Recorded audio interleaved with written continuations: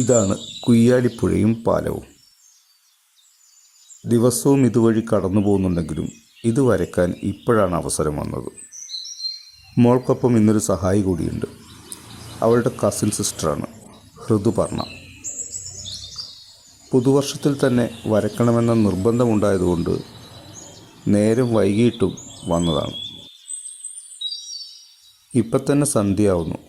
പുഴയും പുഴയ്ക്കപ്പുറത്തുള്ള കണ്ടൽക്കാടുകളുമാണ് വരയ്ക്കാൻ ഉദ്ദേശിക്കുന്നത്. ഒരു മാസമായിട്ട് അടച്ചിട്ടിരുന്ന ഈ പാലം ഇന്നലെയാണ് തുറന്നത്.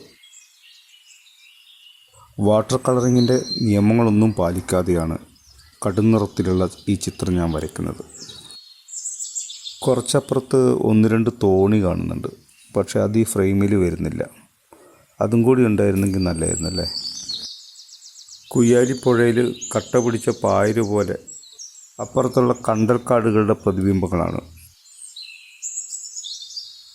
കണ്ടലുകളുടെ വേരുപടലങ്ങളും കാണാം. അതും വരയ്ക്കണം.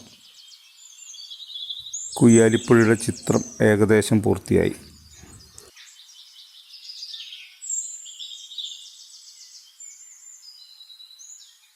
ചിത്രത്തെക്കുറിച്ചോ വീഡിയോയെക്കുറിച്ചോ ഒക്കെയുള്ള നിങ്ങളുടെ അഭിപ്രായങ്ങൾ ഇവിടെ പറയണേ.